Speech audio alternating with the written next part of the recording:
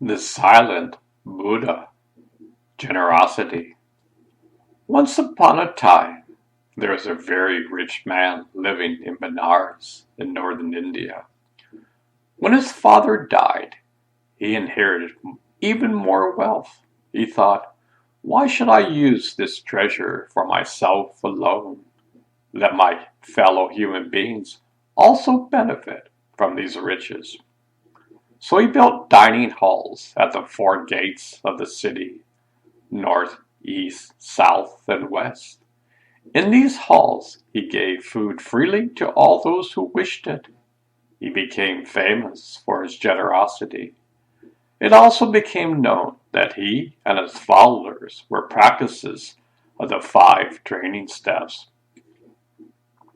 In those days there was a silent Buddha meditating in the forest near Benares. He was called Buddha because he was enlightened. This means that he no longer experienced himself, the one called I or me, as being in any way different from all life living itself. So he is able to experience life as it really is in every present moment. Being one with all life, he was filled with compassion and sympathy for the unhappiness of all beings. So he wished to teach and help them to be enlightened, just as he was. But the time of our story was a most unfortunate time, a very sad time. It was a time when no one else was able to understand the truth and experience life as it really is. And since this Buddha knew this is why he was silent. While meditating in the forest, the silent Buddha entered into a very high mental state. His concentration was so great that he remained in one position for 7 days and nights without eating or drinking. When he returned to the ordinary state, he was in danger of dying from starvation. At the usual time of day, he went to collect alms, food at the mansion of the rich man of Benares. When the rich man had just sat down to have lunch, he saw the silent Buddha coming with his alms bowl. He rose from his seat respectfully. He told his servant to go and give alms to him. Meanwhile, Mara, the god of death, had been watching. Mara is the one who is filled with greed for power over all beings. He can only have this power because of the fear of death. Since a Buddha lives life fully in each moment, he had no desire for future life and no fear of future death.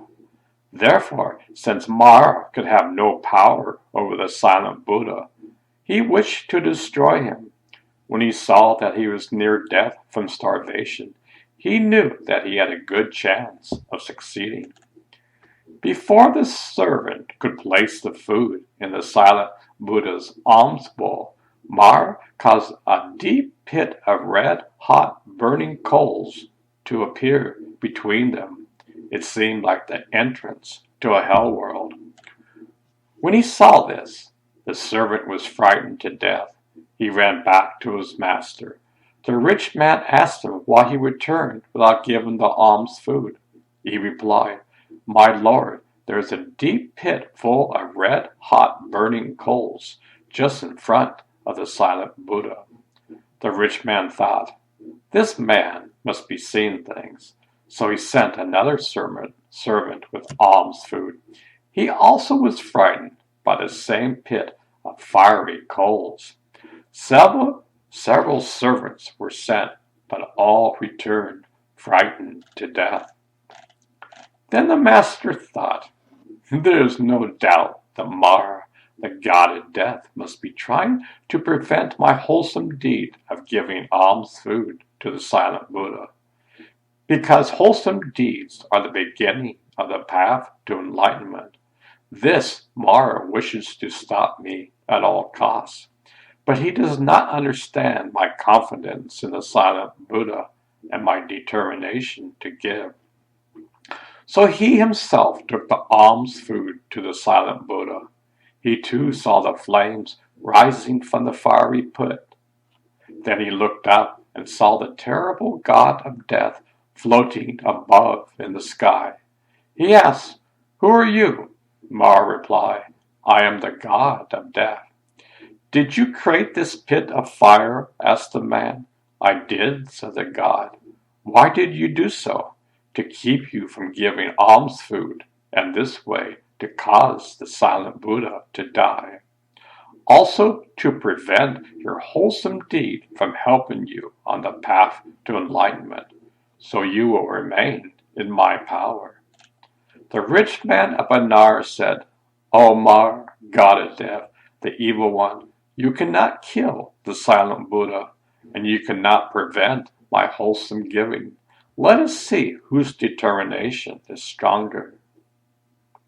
Then he looked across the raging pit of fire and said to the calm and gentle enlightened one, "O silent Buddha, let the light of truth continue to shine as an example to us. Accept this gift of life." So saying, he forgot himself entirely, and in that moment there was no fear of death. As he stepped into the burning pit, he felt himself being lifted up by a beautiful, cool lotus blossom. The pollen from this miraculous flower spread into the air and covered him with a glowing color of gold. While standing in the heart of the lotus, the great being poured the alms food into the bowl of the silent Buddha. Mar, god of death, was defeated. In appreciation for this wonderful gift, the silent Buddha raised his hand in blessing. The rich man bowed in homage, joined his hands above his head. Then the silent Buddha departed from Benares and went to the Himalaya forest.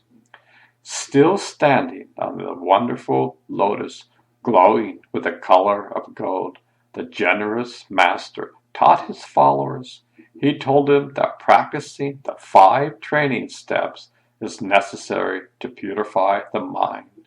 He told them that with such a pure mind, there is great merit in giving alms. Indeed, it is truly the gift of life. When he had finished teaching, the fiery pit and the lovely, cool lotus completely disappeared. The moral is, have no fear when doing wholesome deeds.